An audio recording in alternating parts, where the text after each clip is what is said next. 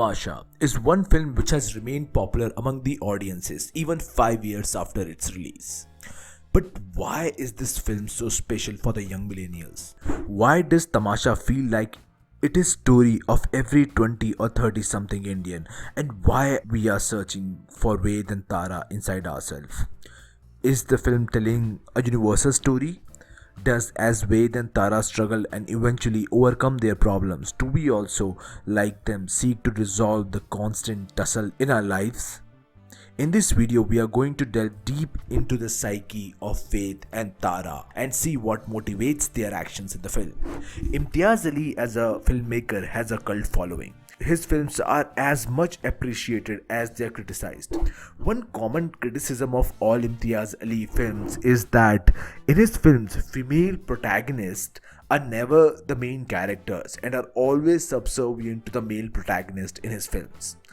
As in his films, the female protagonist is always supporting the male protagonist by reigniting the latent creative spark in him, just as Keith did in Jab We Met and Tara in Tamasha. But the problem with such kind of criticism is that it doesn't take into account that even though female protagonists do not get as much screen time as the male protagonists, but their characters are still very well fleshed out in the film. It is especially true of Deepika Padukone's character Tara in Tamasha. Her motivations are very well defined in the film. For example, in the scene when Ved and Tara meet for the first time, Tara is crying and she tells Ved that she has lost her important valuables. And then she tells Ved that she has come to Corsica because of Asterix in Corsica comics. Now, Asterix in Corsica is about the adventure of Asterix and his friend Obelix. In this version of Asterix comics, Asterix and Obelix meet. Bonnie was a warrior, Waxy.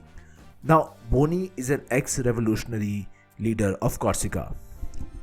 In this comics, three of them go to Corsica and defeat the army of Caesar, which has come to capture Corsica. So inspired by the comics, Tara visits Corsica, and just like in the comics, as Asterix and Obelix and Bonnie go on an adventure, when Tara meets Ved, she feels as if, like Asterix, she's also on an adventure. Even after two separate their ways, Tara finds motivation to go on and look out for Ved through Asterix in Corsica comics. Thus, you see that Tara did not choose to be with Ved just like that, but she was in fact influenced by the comics that might have guided her to take this decision. Now, let's see what motivates Ved to be an artist. If you see in the opening shots of the film, you will see that young Ved feels disconnected from his life, whether it was in his school or at his home. The only time when he's not feeling listless is when he's listening stories from storyteller. It was the storyteller who gave him the lenses to see the world. He tells Ved stories from epics like Mahabharata, Ramayana and Iliad. These stories influences Ved so much that these stories become the frame with which he saw the world. These stories inspires Ved so much that in one particular scene, when Ved is getting fired from his job and his boss is holding him by his collar, Ved can literally see his boss as a personification of Ravan. These stories literally model the way Ved saw life, and it is because of his exposure to the storyteller or to storytelling at a very young age that he wanted to be the storyteller. Another prominent theme in the film is that of repression, and in the film we saw both of the main protagonists suffer because of it. According to father of psychoanalysis Sigmund Freud, when one represses a desire or a past trauma, it gets expressed in many ways. You can see that when Ved represses his desire to be an artist, this repression of his desire finds an outlet when he is giving presentation, or even when he is all alone by himself. The latent actor in him comes out every time when he is feeling a lot of anger or when he is feeling depressed. Tara too suffers from the repression in the early part of the film, because after their adventure in Corsica, she falls in love with Ved, but she decides that they should never meet again. Smitten with love, Tara chooses to repress her desire that she wants to be with Ved, and that makes her sad and depressed. While Ved doesn't have self-belief in him that he can ever be an artist, Tara, on the other hand, decides to do something about her desire for Ved. So she finds him and they both meet.